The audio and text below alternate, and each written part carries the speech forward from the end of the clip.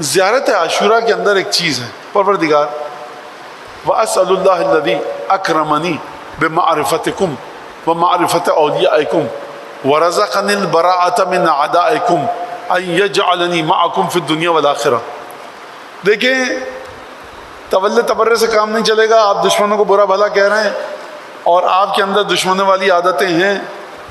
ٹھیک ہے، یہ بڑا جملہ خطرناک ہے جو اب میں کہنے جا رہا ہوں، لیکن سن لیجئے. عجیب مسئلہ ہے.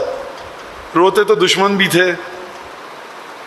مطلب انسان کس قدر غافل ہے حدیثوں سے. کیا مطلب عقلوں میں بالکل ہی پتھر پڑ گئے ہیں کیا؟ مجھے سمجھ میں نہیں آتا کہ یہ واقعاً اس لائق ہے کہ میں اس کو ممبر سے کہوں. شمر بھی رو رہا تھا. مجھے ایک حدیث لا کے دکھاؤ پہلے تو شمر رو رہا تھا. ہاں بعض مقاطع میں ملتا ہے کہ عمر سعد کی آنکھوں میں آنسو تھے، لیکن کیا ہر آنسو حسین کے لیے ہے؟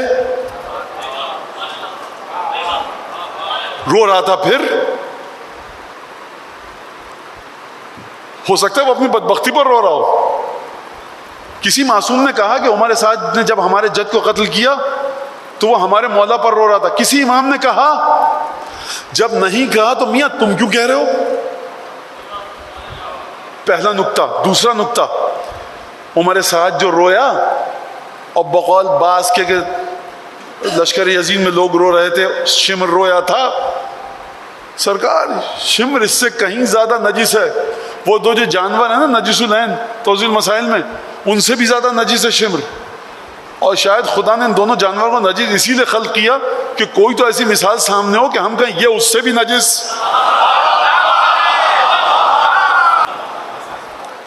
لہذا پہلی بات تو یہ کہ ہم جو روتے ہیں جتنے بھی بد عمل صحیح، ہمیں اپنے اعمال کو صحیح کرنا ہے. ہم جتنے بھی بد عمل صحیح، لیکن ہم جو رو رہے ہیں تو مولا حسین کا بغض رکھ کے رو رہے ہیں یا محبت رکھ کے رو رہے ہیں؟ ہمارا امام فرما کے چلا گیا جو مومن جو ہمیں 12 اماموں کو مانتا ہے، 14 معصومین کو مانتا ہے، جو ہماری مصیبت کو سن کر گریہ کرے ہم اس کو یہ تحفے دیں گے. امام فرما رہے ہیں کہ تمہارا گریہ معتبر ہے.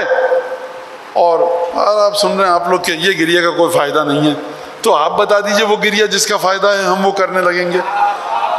وہ جو گریہ کا فائدہ آپ کو بتایا جا رہا ہے نا،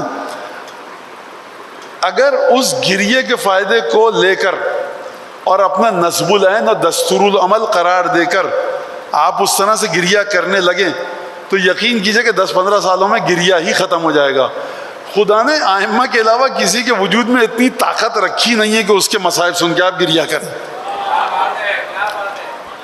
اور جو مصائب شہزادہ قاسم، مصائب شہزادہ علی اکبر کے مقابلے میں کوئی شخص مظلوم مرا، مظلوم قتل ہوا اور وہ دفاع کرتے ہوئے گیا مقامات مقدسہ کا، جنت میں بہت بڑا مقام ہے اس کا.